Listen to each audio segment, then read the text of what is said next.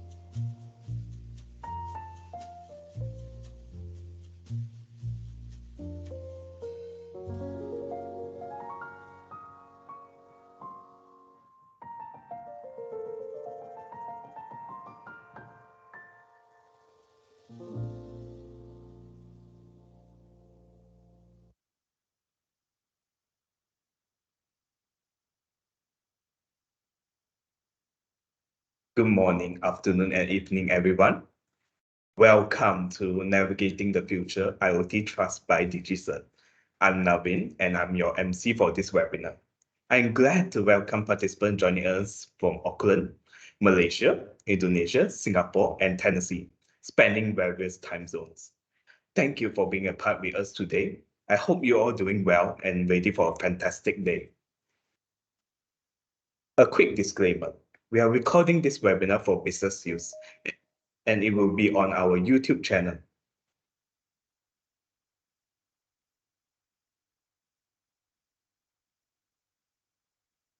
So WebNIC organizes this event with DigiCert, and it's something special.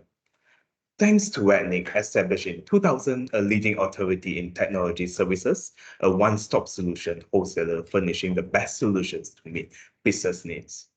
And our partner, DigiCert, is a top certificate authority. They provide solutions for identity and encryption to big companies worldwide.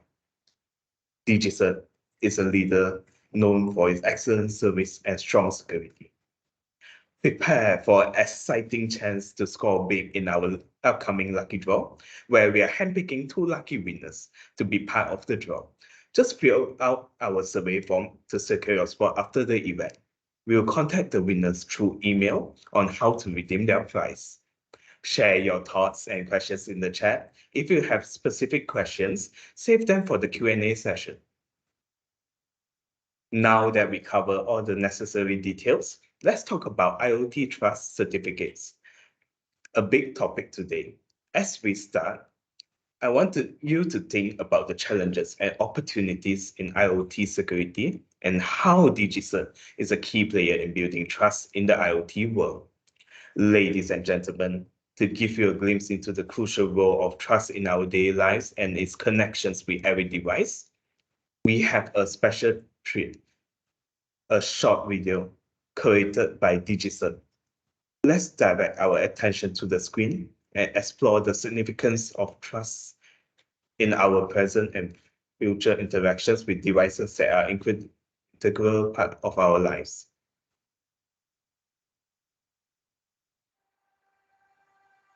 Trust. You might think of it as a bridge connecting 2 points. But the world we live in isn't so simple. In the real world, there are countless connections, an infinite number of bridges to build and build on. At this scale, it can get a little abstract. Ones and zeros, lattices and laser beams in space.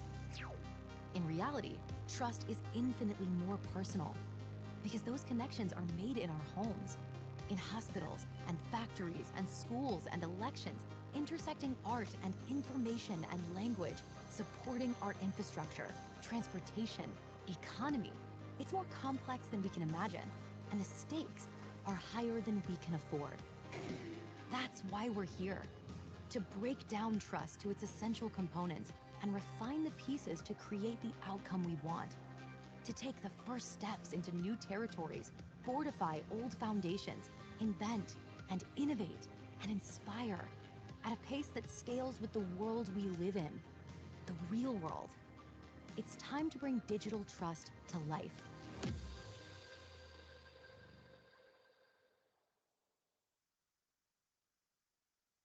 So, are you ready to meet our speaker? Here's Tom Klein. Hello, Tom. Good morning, afternoon, or evening, depending on where you're at. Thank you very, very much for allowing me to share some time with you. I'm going to talk about the topic at hand, which is device trust, and hopefully answer any questions that you might have. I'm going to go ahead and share my screen. Let me know when you can see my screen. Yep, Good? we can see the screen. Awesome. Okay. So let's talk about device trust. My name's Tom Klein, and I've been working inside of IoT for about 10 or 11 years now. And devices are unique because they are usually outside of an organization, and they do a variety of functions, large and small. And in many cases, they're really important. If you have a medical device, if you are navigating through a city, if you're in an automobile or a train or a plane, there's all reasons why device trust means very much. And device trust is coming down into our everyday lives. So we use this word trust a lot. What does trust really mean? Well, when it comes to devices, you might think of it a little bit like this is, can I trust this device enough to regulate the flow of medicine into my patient if I'm a doctor? Can I find out how much insulin I need or how much I need to put in my body? Could it lock the doors of my house if I used my phone or some other method to say, lock the doors or turn off the lights? What about heating and air conditioning and all of the things that come along with going in and out of an office building and having an office building comfortable? Can it get me from one place to another? I mentioned planes and cars and automobiles and trains. All of them have some level of control that they need. And today, more than ever, we are seeing governments step in on behalf of consumers and talk about regulations to either protect a consumer, to protect their information and their privacy. And governments are being very active in terms of uh, rules that manufacturers need to follow in order to be a trusted device. So all of these things move forward with what you need to do. And the first thing that I really want to kind of call out is this idea of security and the regulations across the world. There are many places that are enacting the process of enacting regulations. If you are in Singapore, Singapore has a very specific set of IoT cybersecurity labeling schemes that they would like to bring forth for the consumers and for companies to adhere to. If you're in Europe and the European Union, there are a number of different activities going on, including the Cyber Resiliency Act, which talks about how devices should act in the community and what they do. I think that many of us are aware of data privacy issues that go on, such as GDPR in Germany, and where data needs to be stored. And in the United States, there's been a couple of acts that have come forward. One is the US Cyber Trust Mark, which is the intent for a device to have a mark on it that says it should be trusted. That's very early on in what the government is trying to place on devices that are sold in the United States. And the other is something that they initiated very recently, which is the Food and Drug Administration in America, or FDA, regulates medical devices. And it says you cannot bring a medical device to market without the appropriate security and without having a published software bill of material so that you know all of the software that is inside of a specific device. Throughout the world, we're seeing a lot of these regulations, and we expect to see many more regulations associated with IoT cybersecurity. And so this is a very important part that is pushing manufacturers to comply with their devices in the markets in which they would be sold. If you only care about Japan, maybe you have a few less rules. If you're in the United States, different rules. Europe, Singapore, Southeast Asia, all of them are producing regulations for which consumers, I think, feel good that they're getting protected, and governments are trying to do the right thing. So why is everybody doing this? And I think, quite honestly, all of you know that there are potential threats to that security, that privacy, and the operation of those devices, whether it's in the consumer, which is really mostly at home or the things that they use to get through their private lives. Healthcare, which is pretty obvious, devices at home could be implantable. I've worked with companies that make pacemakers and brain stimulators that you actually put into your body. DigiCert works directly with companies that do glucose monitoring, so you know if you have diabetes where you're at. And so healthcare is a very, very important one. And then industrial IoT really talks about protecting the organizations that build things and what their security parameters are, and what is the air conditioning and fire control and elevators and all the things that go along with industrial type of capabilities. You can browse the internet and find lots of vulnerabilities, but these are the things that we focus on to try and protect. If you would have asked me 10 years ago when I started in this, what types of things do you really want to focus on? Where do you want to spend your time worried about this security around devices?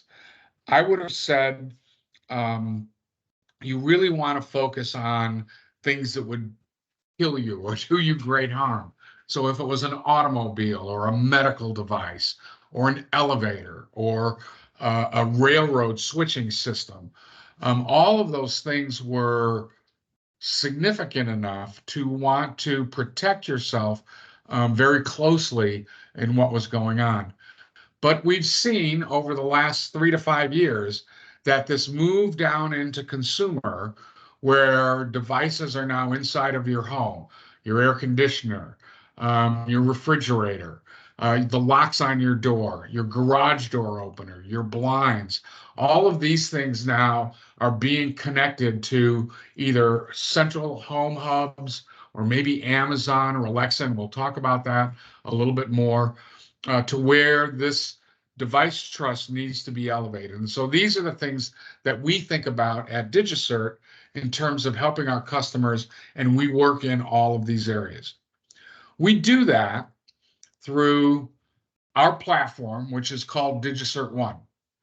And DigiCert One is a single interface across a number of different uses that we've started to talk about. And I'm going to go down into the use cases here in just a little bit. But the ones we're mostly going to talk about today are device trust and software trust. But as an organization, we're the largest provider of public trust in the world.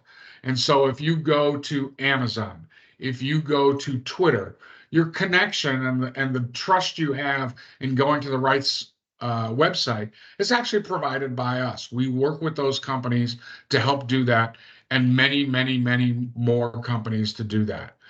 We deal in private trust, which is, can I get into my building? Can I log on to my computer? Can I log on to Wi-Fi wherever I go? Those are things we work on.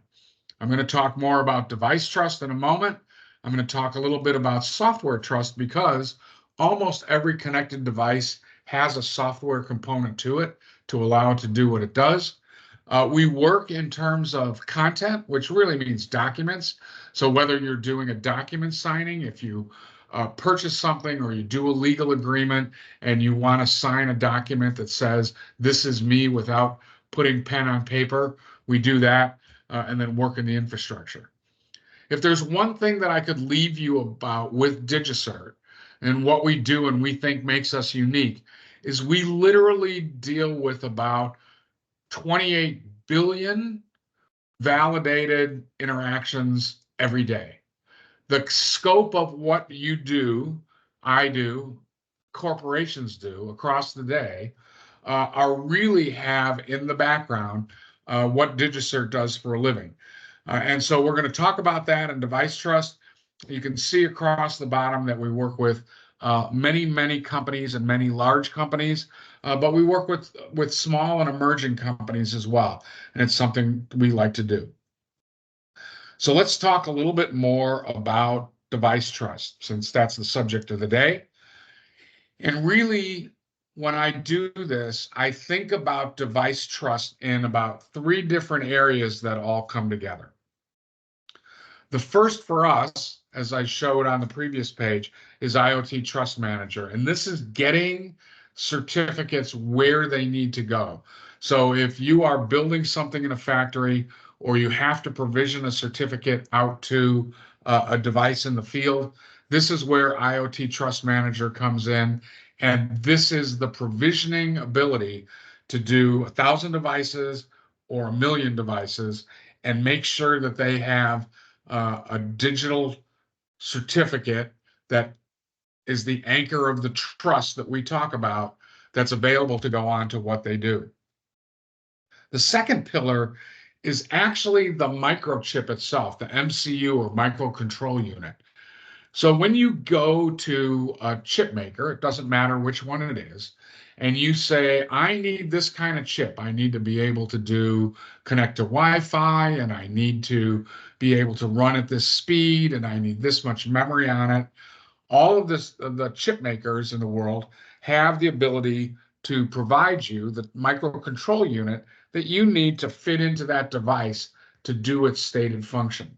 However, sometimes those microcontrol units don't have all of the parts and pieces you need on it to control it or to have that security. So TrustCore actually provides that capability down in the chip. And then there's the managing of the device. Can my device connect to a backbone such as Azure or AWS?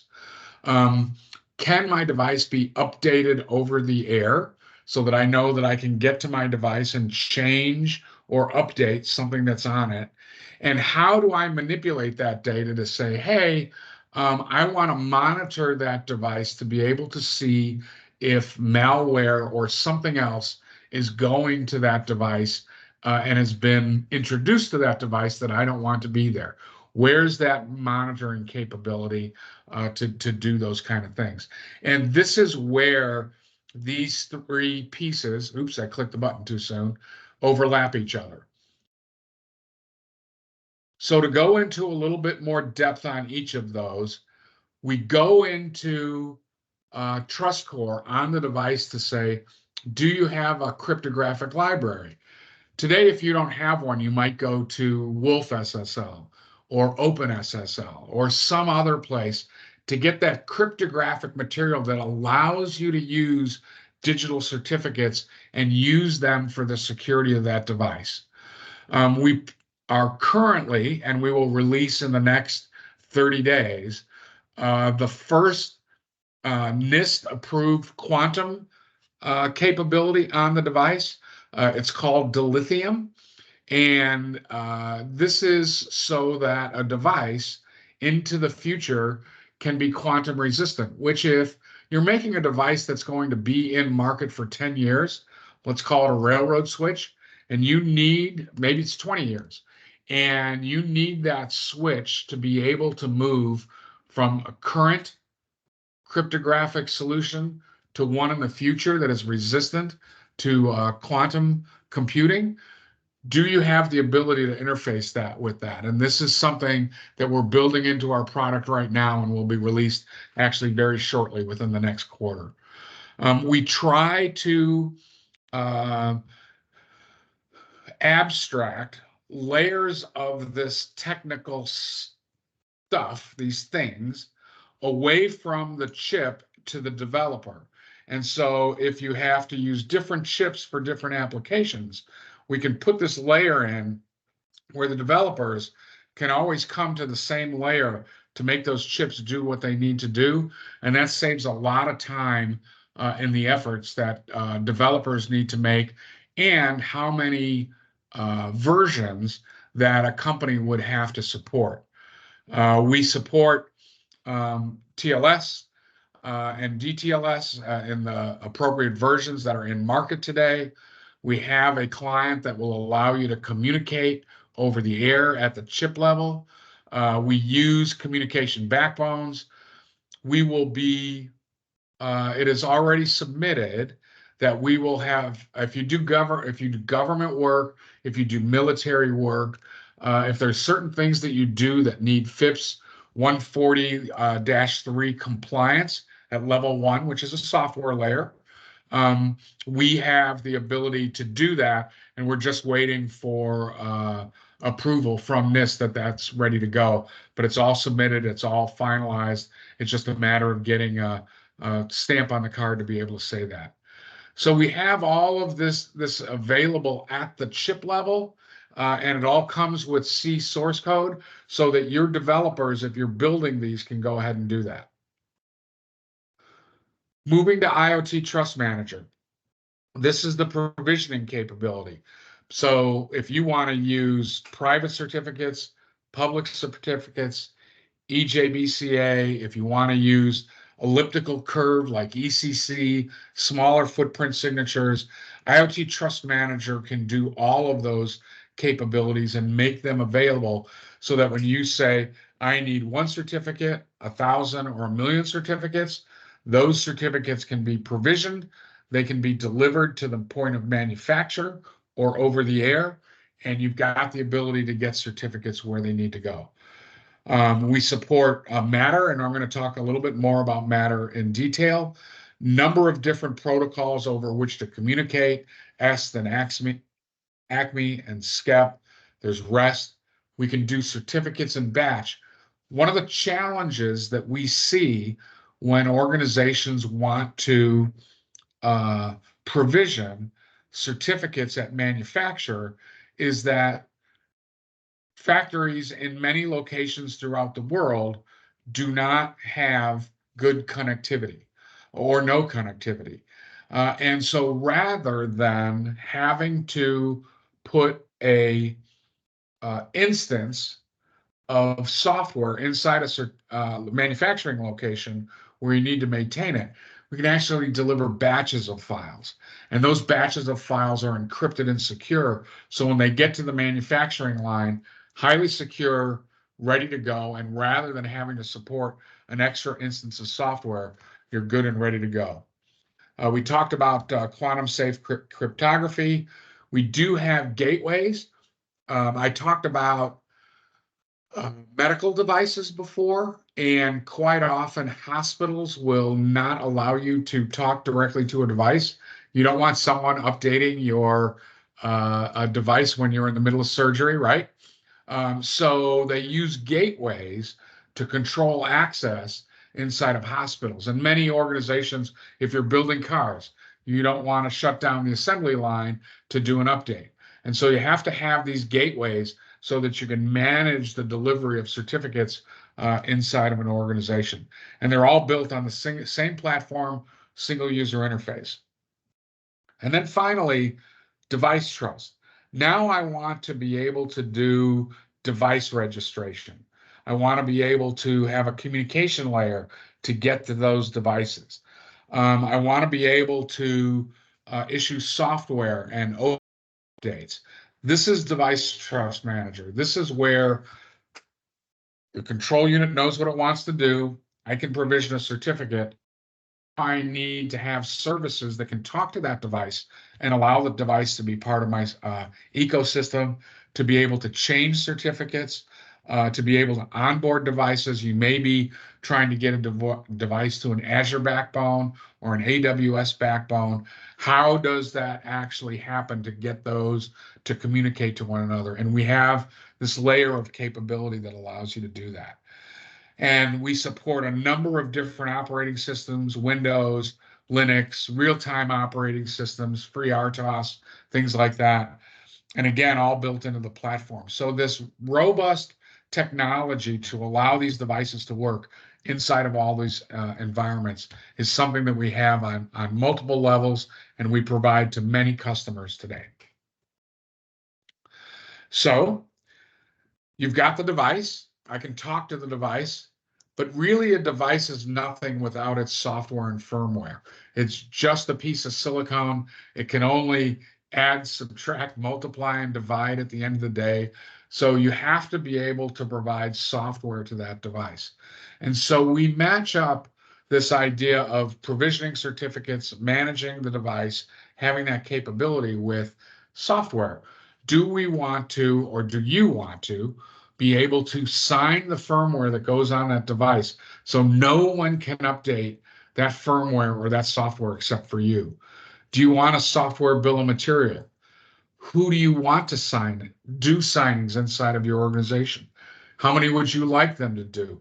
How do you control the environment to do these signings and make sure that it is always in your control so that either a third party or a bad actor or even someone in your own organization that may have bad intentions can provide the signing and you can have control over it from the person all the way down to the device, and you can do that on a global scale basis. And if you need to, hold certificates in secured key vaults, which for many organizations is a requirement that you want those in secure areas. You just don't want them floating around. All of those capabilities come with our software trust manager. But even more important, in my opinion, is that if you're building devices, you're probably using a lot of open libraries, SSL libraries. You're bringing in code pieces, and quite often those code pieces, either before you build it or after, have the potential to be infected with malware or some other threat that is in there. So we partner with an organization that before you sign the software, you built it, you've checked it out, you've organized it, you got your software bill of material, you've compiled it, so it's now a binary, right? Can you inspect the binary before you sign it? And the answer is yes. You can actually go in, and what we do is give you the capability to say, I am ready to put this on my device. I'm ready to sign it and send it out the door. But before I do, I want to check that binary and that software bill of materials one more time. I want to see the inventory of it. And if I see any malware, if I see any threats that are known, if someone left some secrets inside of the software when they built it, I want those to be exposed. And you get this in a console that allows you to see what those threats are that are potentially in the software and firmware that you're getting ready to put on this device. In doing that, you have the ability to say, whoops, let's stop, go back and fix this, or yeah, I know about that and it has nothing to do with our device. We don't care.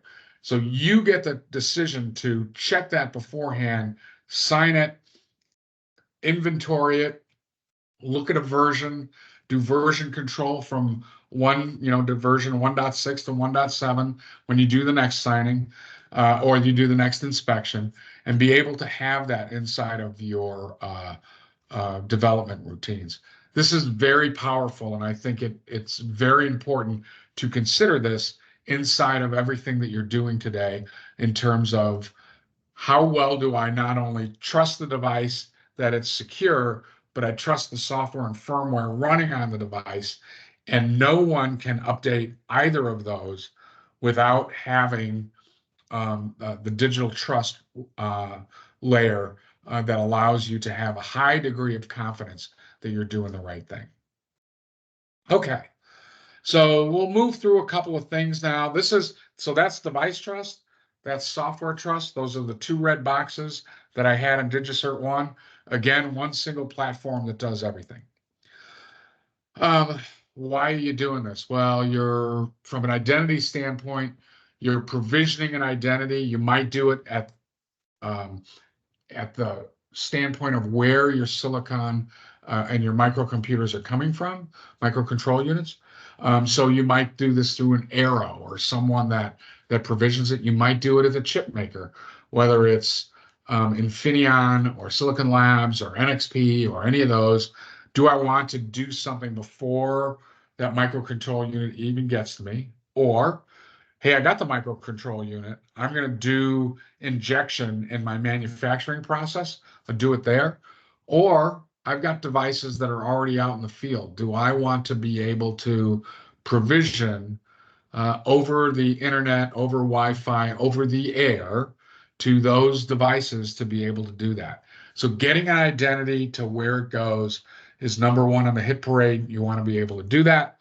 And then once it's there, what am I using it for? I'm doing it to be able to make sure that my services are running correctly and I can update my services.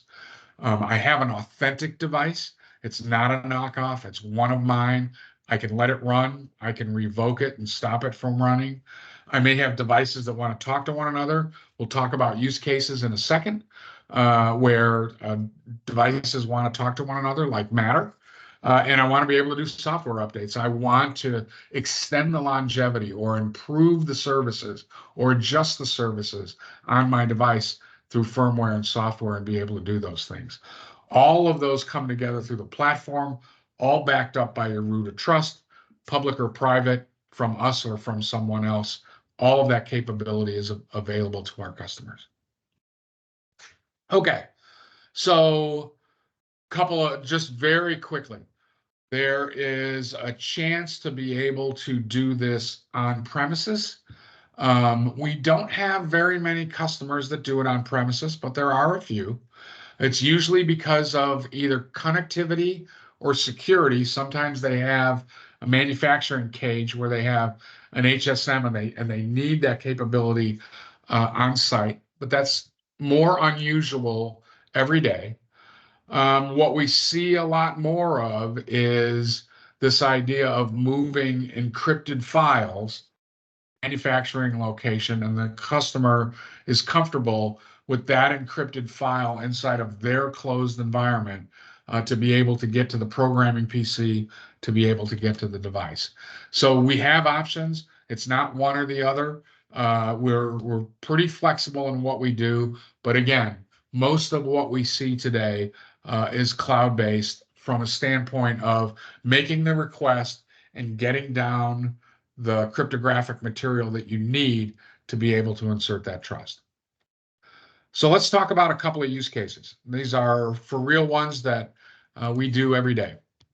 So one of them is the continuous glucose monitor.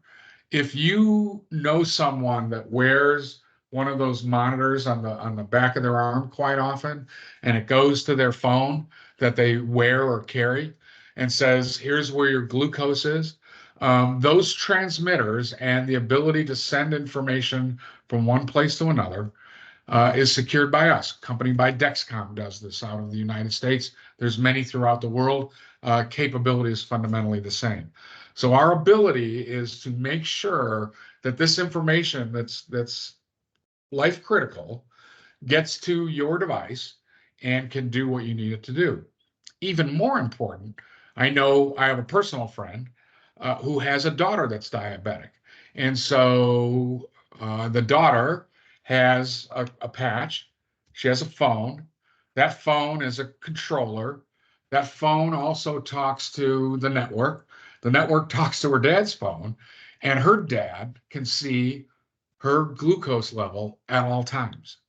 And so there's this idea of not only what's happening in this little area around yourself, but it may go to a parent or a guardian or a medical provider to send that information, and it needs to be trusted. If you take a continuous glucose monitor and pair it with an insulin pump, then the two of those can say, hey, my blood sugar is too high, give me more insulin. And the insulin pump that's also connected will say, okay, I trust you. I'm going to go ahead and give you more insulin and keep you from going into diabetic shock or diabetic coma. And so this becomes an artificial pancreas. And this capability is all secured by the ability to put digital trust on various portions of the network so that everything is appropriately secure and moves forward. If any of you have been in the consumer space, you may have heard of Matter. So what is Matter? Matter is a brand. I shouldn't say it's a brand. It's an insignia that goes on your brand and says, if you have a Matter device, it can talk to other Matter devices. Why does this exist? So Amazon, Apple, and Google, and several others got together with the Connectivity Standards Alliance, which is a consortium group. They bring people together, manufacturers together, and they said, hey, I've got a thermostat in my house, and I have enabled it to Apple Talk. And so Apple Talk is the way I talk to my thermostat. And then somebody else says, I have a Ring doorbell or Simply Safe, and I use Amazon to talk to that. Now you've got two ecosystems that you have to put in place. And Google is managing my garage door. Now you got three, and all of these multiple interactions to be able to have that capability in consumer products meant that there were multiple functions going on. And if you were an Apple person, but you really liked a device that talked to Amazon, you were locked out because Siri wouldn't talk to your doorbell. So they came together and said, hey, why don't we work together? We'll make one set of application standards so that open the door, open the lock, close the lock, turn it on, turn it off, raise the temperature, lowers the temperature, whatever the case might be, that all of those would come together under a single operating system. And if you had one, communicate with all of the ecosystem. So now when you go to the store and you get a doorbell and you look in the back of it and it's has emblem that's at the bottom of the screen, you know that it will work with AWS, Apple, Google, and many, many other types of controllers and access systems. And so Matter is trying to bring choices to the consumer market, but also adds a level of security that says this is an authentic device. This is a device that connects securely, protects data in transit, protects my connection, and it brings that all together through a digital certificate, which brings us to DigiCert. So the way this works looks like this. There is a root that is offline, but that root says if I sign anything with this root, when it goes into the device and the device says, I want to connect, it will check if that is a valid root. It won't allow anything except valid roots to come together.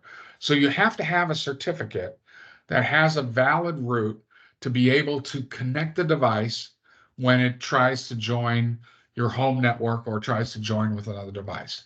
So it needs a root. We do that. Then it needs a way to provision those certificates. And those are intermediate certificate authorities, or named PAIs, which is the name for the Matter Intermediate Certificate Authority. And in that, it has a vendor ID. So if you are vendor XYZ, you have a product ID, a vendor ID that's 123. And when it creates the certificate, it will create that vendor ID so that the certificate is actually identified back to the originator of that device. And it gives that authenticity to what is in market.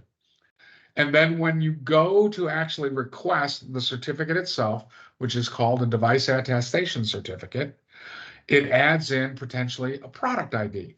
So I know from company XYZ, I got thermostat model 7, and it is associated to this certificate, and there's one and only one of those in the whole world. That's the way it's supposed to work. And so you get these authenticated devices, and when it's made, comes off the shelf. Remember, we do provisioning at the factory, so it's now got the certificate on it. It goes on the shelf in the store. Somebody takes it home.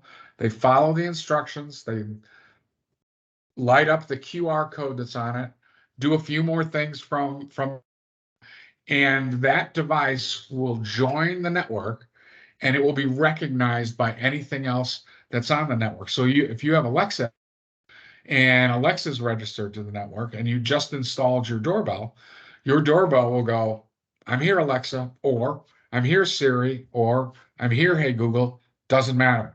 It all connects together, and it does this through this process of parts and pieces. And so this is the process by which device trust across all of this goes on. And you'll see on the right, this is where, because we do root CAs, because we have IoT Trust Manager, because we have ways to communicate to the factory, we're able to deliver fairly quickly for our customers devices into market. And it works extremely well. And we have many customers that do this, and hundreds of thousands of devices that are out there. Okay, one more thing real quick. We're seeing a ton of interest in the electrical vehicle charging systems. I got a lot of verbiage on here with standards, and if you're into EV charging and plug-in charge systems where you plug your car and it automatically charges your credit card, these are all the standards by which it does this. And we have worked with the standards organizations for electrical vehicles and electrical vehicle charging stations, because you want to be able to pull up to any electrical vehicle charging station, plug in your car, have it recognize your car, have it bill your credit card, and give you a recharge on your device, right? So they've got standards around it. That's what that 15118-2 is. And they're coming out with another standard, in another couple of years. But being able to work this ecosystem is how we work with electric vehicle manufacturers and the manufacturers of electrical vehicle charging stations and the financial infrastructure to go through and complete that structure. Now, the only reason I put up this next slide is it's not the world's easiest thing to do. It just has a lot of protocol and structure around it so that it doesn't matter if you literally picked up your electric vehicle from the United States, went to EMEA or Europe, and then took it to the Asia Pacific, Japan environment. This vehicle should be able to communicate, go up to a station, plug it in, know who the vehicle belongs to, know the credit card or financial payment system associated with it, and be able to work across these structures. These are the types of things that DigiCert works on and helps bring to market. And so whether it is a home doorbell or whether it is an electric vehicle, we've got capabilities that run across this, and all of these are trusted scenarios. It's extremely important that digital trust is maintained between these ecosystems and these structures. And quite honestly, that's what we do for a living. And again, all of our products that are underneath there, the IoT Trust Manager, get me a certificate. Talked about TrustCore. How does my device work? Can we manage to these standards? Do we have the expertise to do that? This is what DigiCert does for a living. One last slide before we wrap up. I've talked about this a little bit before, but I wanted to touch on this one more time. Remember I said we can get your device ready at the microcontroller unit. We can provision certificates. We can update certificates over the year. So what I just said was, if you have a device that has this capability on it, and we can take out a SHA-2X509 certificate and replace it over the air with a quantum resistant, today dilithium, and we'll support the other two versions that come out of NIST when they're ready to go. You have the ability to have a set of devices that you may be building today or planning to take to market that are actually quantum ready. And if you're going to be in market over 5 years, if you're going to be in that 10-year range, if you're going to be in the 15-year range, if you're building critical infrastructure inside of cities and countries, this is important because it's coming. Everybody said it's been coming for a long time. It's getting closer. We don't believe it's here yet, but it's getting close enough where the time to prepare is now. And to think about those things when you're planning devices, when you're planning your infrastructure, where you're going to go, taking inventory of all your devices. Once you're up to speed and you've got the roadmap for where you want to go, we've got the capability to support you and to work with you on that roadmap of what you're going to do. So I've spoken a lot over about the last 40 minutes. I am very grateful for the time that you have dedicated to this. I am more than happy to take questions. I've been kind of paying attention to my presentation. I'll open up my piece here, but I did want to say thank you for the time that you've spent with me. I hope it's been valuable and informative. Please reach out to WebNIC and our partners. Reach out to us. We're all there to help and support you and answer questions and put you in a good device trust environment moving forward. So with that, I'll hand it back over. Thank you, Tom, for sharing your insights. I do have a few questions. First being like, From your side, it's like, what is the fastest growing request for security in the marketplace now today? A good question. What we see is there is a lot of advances in consumer right now. We're seeing the capability of connecting like through Matter or other devices. If you're buying a washing machine or an air conditioner, if you're looking at green energy, hey, I want my blinds to go down in the morning on the east side of the house and up in the afternoon. We're seeing consumer get a lot more attention. And so besides all of the things you would think about like medical devices and cars and trains, consumer is getting an awful lot of attention right now. I see. And another question, Tom, you mentioned the PQC at the end of your presentation, right? Yep. Which is also another very interesting point to consider. So have you like observed customer actively addressing this now? Yeah, so what we see from customers is not necessarily jumping on the technology, but we see customers going, where's my exposure? What's my inventory? So what's my current exposure and my inventory? So getting ready, planning to say, these things are okay, but these really worry me. We're seeing customers start to do that planning phase. And we see customers that, products sometimes take a long time to market. They can take 1 or 2 or 3 years. If you're in automotive, if you're working on something today, it's probably not going to get to market for 2 or 3 years.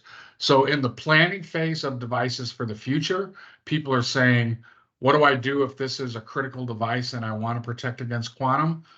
For folks that have inventory and devices out there, they're starting to take that inventory and figure it out. So a lot of it is still in the planning phase, but it's gotten a lot more serious in the last 12 months than it has been in the past. Okay. Thank you, Tom, for taking your time to answer all these questions for me. Yep. So before we move to the quiz, remember to type your questions at the Q&A session. Tom will answer all your questions after the quiz.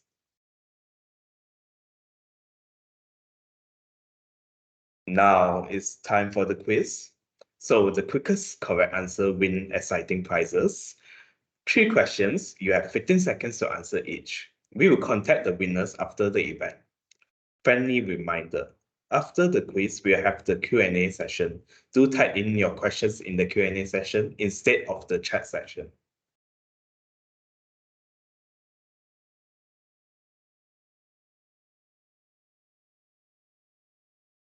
So the first question, Matter needs this type of credential to be a valid device.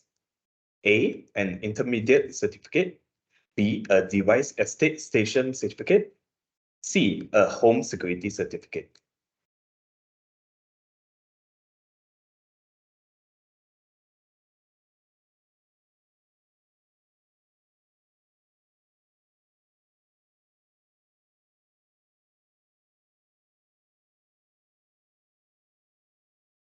Okay, your 15 seconds is up. So the correct answer is B, a device estate station certificate. On to the next question. Question 2, initiative that is driving security compliance in devices. A, US Cyber Trust Month. B, European Cyber Resilience Act. C, Singapore's Cybersecurity Labeling Scheme. Or D, all the above.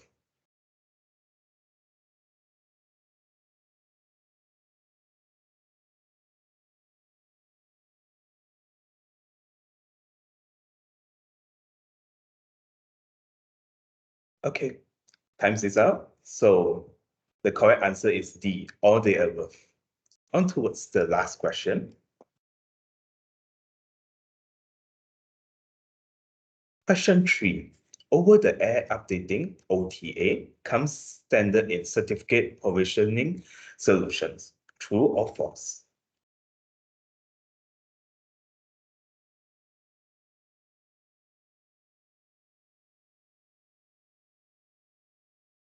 Okay. So time is up. So the correct answer is false.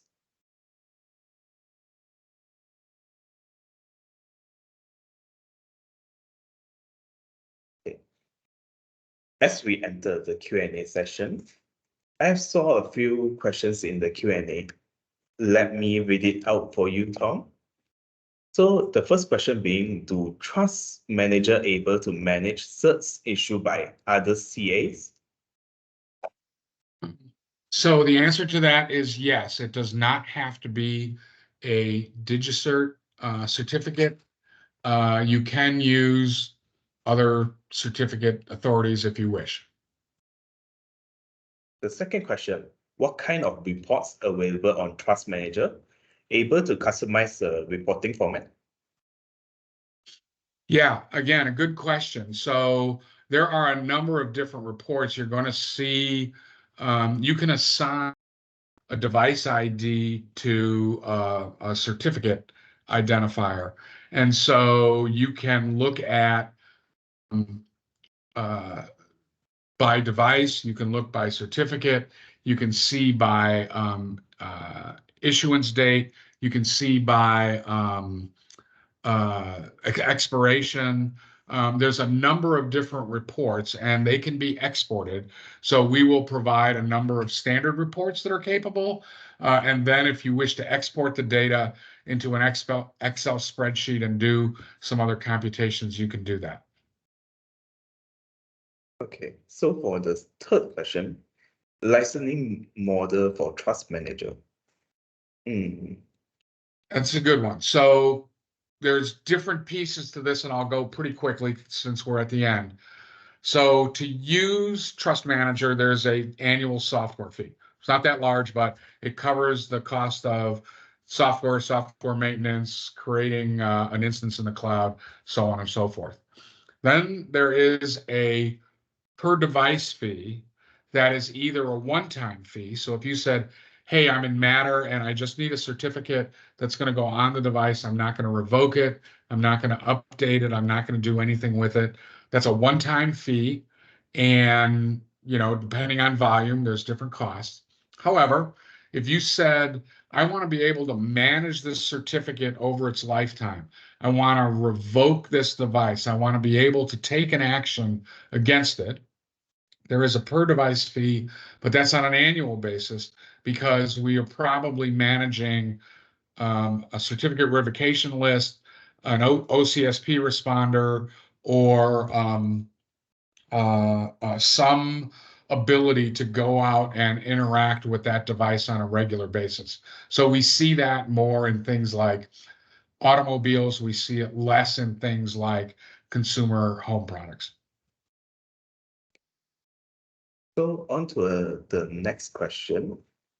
What are the steps to get an IoT device cert issue?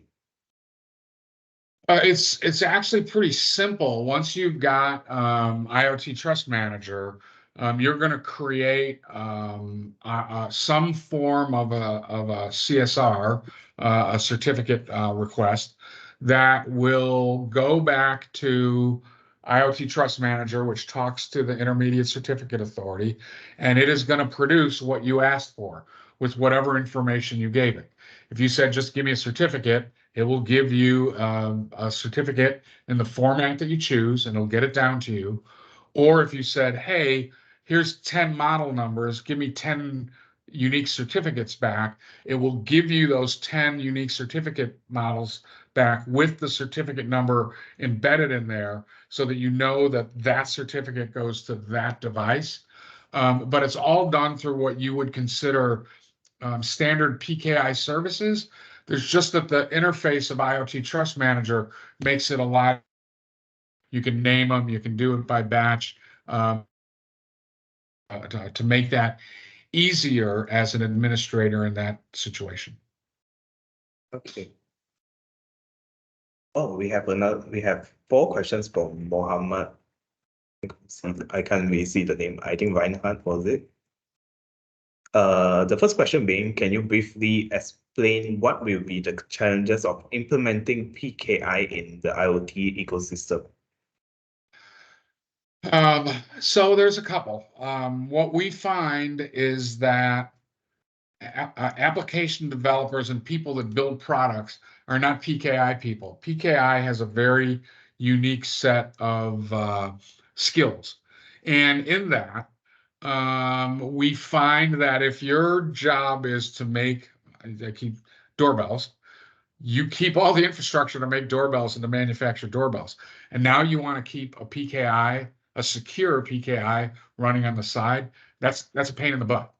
So you want to be able to to have the ability to have a well-managed PKI running inside of that manufacturing environment. Once you do, it's pretty straightforward, in my opinion, if you have the right tools.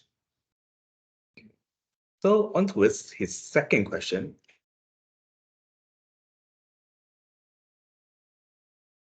Compatibility concerns, like when we are considering deploying PKI in the IoT ecosystem. Would you you broke up a little bit at the beginning of that, Naveen? Would you do that one more time? So it's he said is what will be the interoperability concerns when we consider deploying the PKI in the IoT ecosystem? So the only interoperability, PKI is pretty consistent in the way that it runs. The tools of provisioning are pretty consistent. You have two sets of challenges inside of that. One is that you're going to what you use in your corporate environment is not what you're going to use in product. Product needs to have its own trust chain and needs to be by itself. So there's an infrastructure to go with it. The bad is not all devices know what to do with certificate. A free RTOS is not like Linux, right? Linux has some intelligence, Windows intelligence. So the operating system that's on the device can be a challenge. And so just because you can provision a certificate doesn't mean the device. Doing some engineering thinking around what that device is capable of is important. Okay, so on to the third question being the software trust manager. Is the software to secure the IoT private key? What is the requirement for IoT devices? Like, is there any checklist or list of compatible devices? So software trust manager, its only function in life is to sign software. So before the device gets provisioned to where it's going, they're going to take that software, create a bill of material, and sign it with probably a hash. We don't send software material up to the cloud. We keep it on-prem, and we just hash sign it. And then once it's on the device, I'm making an assumption that the device knows what to do with cryptographically signed software. Nobody can update that software without that original signature. So the idea is that your signing methodology and your signing signatures are yours and yours alone, so that once you get to the device, the device isn't going to do anything without the proper signature. It's not going to open up that software and allow it to be replaced. And so it's what are my functions on the back end to be able to have a good secure signing process, and the assumption that the device knows what to do when that software is trying to be replaced. So on towards the next question being, what does the implementation cost look like? How expensive to onboard one use case? That's a good question. It depends on you. And I say that because we stand up the PKI for you, so you really don't have anything to do. Got to learn how to use IoT Trust Manager, and we're going to assume for the moment that you have someone that knows how to make a CSR request into IoT Trust Manager, and IoT Trust Manager will give you back the result. The cost that I find is usually associated with what's my what's my device programming software capable of doing? And you have to write into that software, here's how to provision a certificate, here's where to place it on the device, here's the trust store, whatever the case may be. And so the cost, I don't know, is really associated with standing up the PKI and being able to provision a certificate. I think you're going to incur a little bit more cost on the device programming side. And that's something that we can work with you or work with your application developers on to get that right. So on towards Toa question, what is the best approach to potential leads to propose about IoT device? Who are the audience? I think this is a sales question. Yeah. No, this is a great question. So this is IoT device trust is not in the IT organization. IT organizations care about networks and servers and access points and all of the things associated with running the infrastructure of an organization, and mostly what's enclosed inside of what they do. You really need to be able to get to engineers, application development managers. Many organizations now have a chief product security officer, which is different than the CISO. The chief product security officer makes sure that there's a standard for how they do devices. And they really are separate. They may ask for information from one another, but you really need to get to the product designers, the product application engineers, and the product security people. I think this is the final question we have from Ferman. We have his question being, we have shipping and port connectivity between countries from Indonesia to China, and we found some issues in facing bad weather. How can this IoT device help this situation to maintain real time? Boy, that's a hard, very hard question. And the reason it's a hard question is it depends on the communication capability of the transport mechanism. So, for example, cruise ships used to come in, and once they were in Wi-Fi range, they could connect and everybody would get their information, or you could pay for a satellite uplink, which was very expensive. However, with Starlink and some other things that are going on, there's better global communication. So now it's a function of, do you have a device on the ship or maybe the container that says, I need to be able to do real time, and so I'm bouncing off a satellite to get that done, especially when you're shipping. The other thing that's kind of interesting is when COVID came, there was a requirement to actually ship product at a certain temperature. And so now you had to put an IoT device on a container that said, I'm going to stay at this temperature while I go from point A to point B, and it wanted to communicate the temperature to make sure that something didn't happen to the COVID vaccine. And so that's a very layered question of what are you trying to do? What's the capability of the device? What's its connectivity, and all of those pieces. I see. So thank you, Tom, for answering everyone's question. Yep. Okay, before we conclude, a few announcements. Scan the QR code on your screen for our survey link. Don't worry if you missed the link, as Penny or Tika will email you after the webinar. Your lucky draw details and survey link will be sent to your email. Fill in your email and contact number to have a chance to win.